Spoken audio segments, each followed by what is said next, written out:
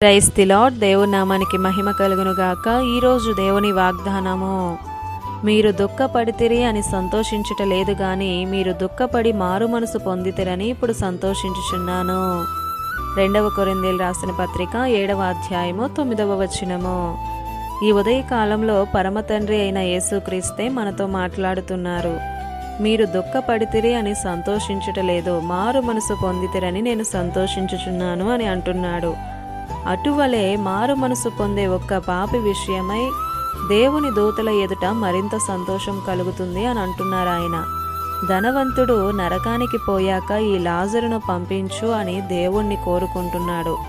బ్రతికి ఉన్నప్పుడు లాజరు స్తుతించినట్లు స్తుతించలేదు. లాజరు హృదయపూర్వకముగా దేవుణ్ణి ఆరాధిస్తూ వచ్చాడు. తిండికి లేకపోయినా, కట్టుకోవడానికి బట్టలు లేకపోయినా, ఆకలితో అలమటిస్తున్న పరిస్థితి అయినా సరే దేవుణ్ణి ఆరాధించాడు లాజరు. ధనవంతుడు గమనించి ఉంటాడా అంటే ఇక్కడ తన పరిస్థితిని చూడాల్సిందే. ఈ రోజుకి దేవుని వాక్యానికి లోబడక, విధేయత చూపక, నీకిష్టం వచ్చినట్లు స్తుతించే విషయములో, సన్నిధికి వచ్చే విషయములో, ఆరాధించే విషయములో కూడా నీకిష్టం వచ్చినట్లే చేస్తావు.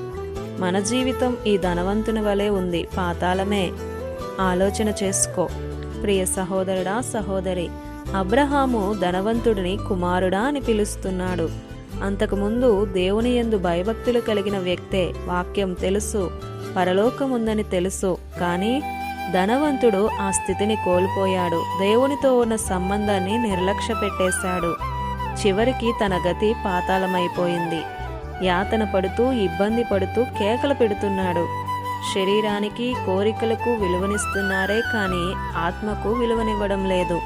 పరలోక రాజ్యం మాటలతో కాదు, శక్తితో ఉంది. ప్రతిరోజు వాక్యం అనే స్వరం నీతో మాట్లాడుతూనే ఉన్నా వినవు, గ్రహించవు. ఎలా? పంది నిత్యము కిందకే చూస్తుంది, దానికి బురదే నచ్చుతుంది. మనము ఆయన పోలికలో సృజించబడ్డాం. ఆయన రూపులో నిన్ను చేసుకున్నాడు.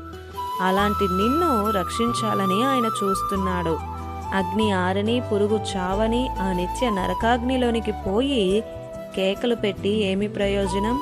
ఆయన మాట విని, గ్రహించి, మార్పు కలిగి జీవించుటకు, ఆయనలో నడుచుటకు ఇష్టపడదాం. అట్టి మనస్సును ఆయనే మనందరికీ అనుగ్రహించునుగాక. ఆమేన్. ఈ దిన వాగ్దానం మనందరి జీవితాలలో నెరవేరాలని కోరుతూ దేవుని సువార్త పరిచర్యలో మీ సహోదరి Prasanna. God bless you. Amen.